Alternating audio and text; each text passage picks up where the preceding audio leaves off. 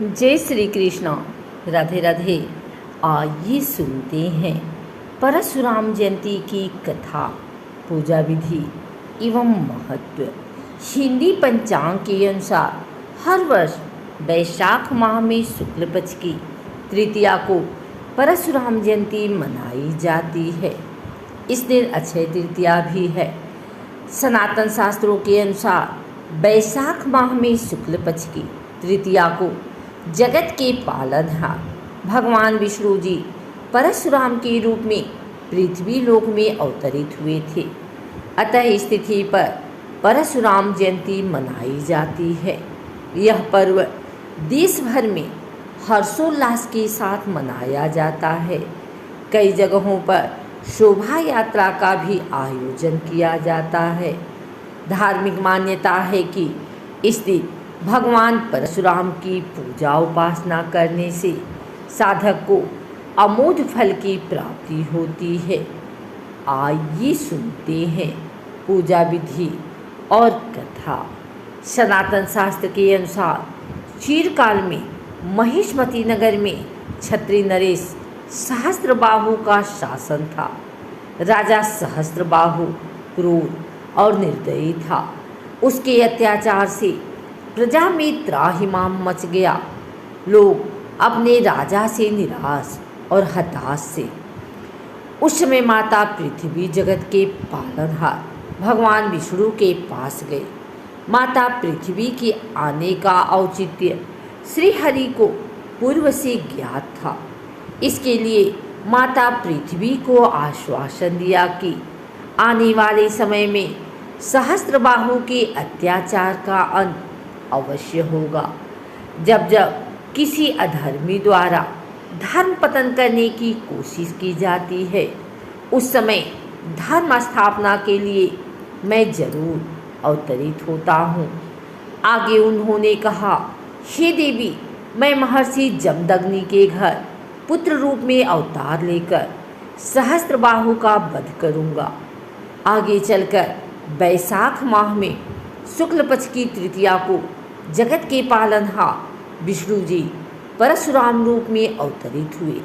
कालांतर में परशुराम भगवान ने क्षत्रिय नरेश सहस्त्रबाहु का वध कर पृथ्वीवासियों को सहस्त्रबाहु के अत्याचार, भय और आतंक से मुक्त किया। उस समय भगवान परशुराम के क्रोध को महर्षि ऋचिक ने शांत किया था। एक और कथा के अनुसार पिता के कहने पर परशुराम जी ने क्यों किया अपनी माँ और भाइयों का वध, आइए जानते हैं। परशुराम जी की जयंती वैशाख मास में शुक्ल पक्ष तृतीया को मनाई जाती है। इस पावन दिन को अक्षय तृतीया कहा जाता है। वैशाख मास के शुक्ल पक्ष की तृतीया पर भगवान विष्णु के अवतार परशुराम का जन्म हुआ था। भगवान परशुराम भार्गव वंश में जन्मे भगवान विष्णु के छठे अवतार हैं। उनका जन्म त्रेता युग में हुआ था। माना जाता है कि इस दिन किया गया दान पुण्य कभी क्षय नहीं होता। अक्षय तृतीया के दिन जन्म लेने के कारण ही भगवान परशुराम की शक्ति भी अक्षय थी।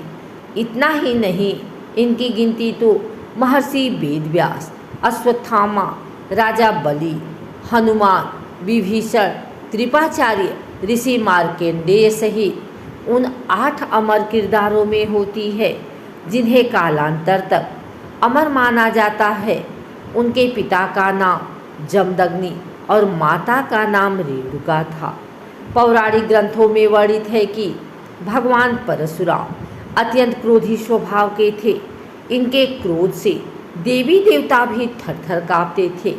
धार्मिक मान्यता के अनुसार एक बार परशुराम ने क्रोध में आकर भगवान गणेश का दांत तोड़ दिया था।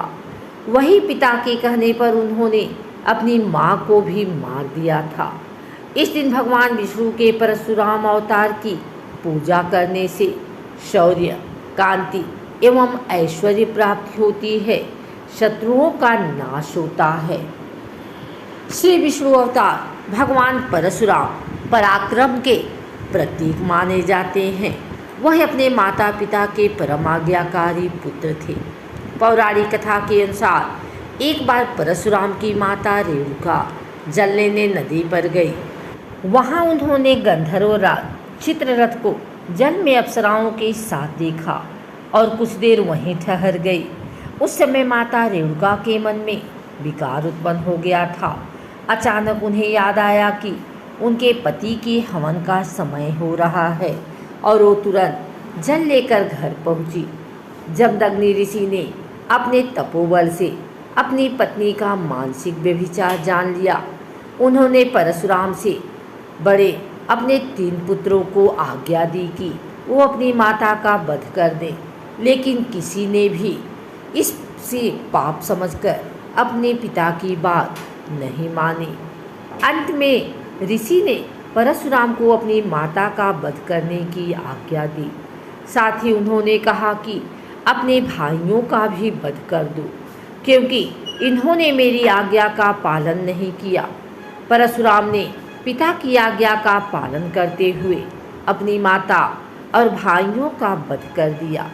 पुत्र की पितृभक्ति देख जमदग्नि ऋषि प्रसन्न हुए और उन्होंने परशुराम से वर मांगने को कहा। परशुराम अपने पिता का तपोबल जानते थे। उन्होंने अपने पिता से अपनी माँ और भाइयों को पुनर्जीवित करने का वरदान मांगा।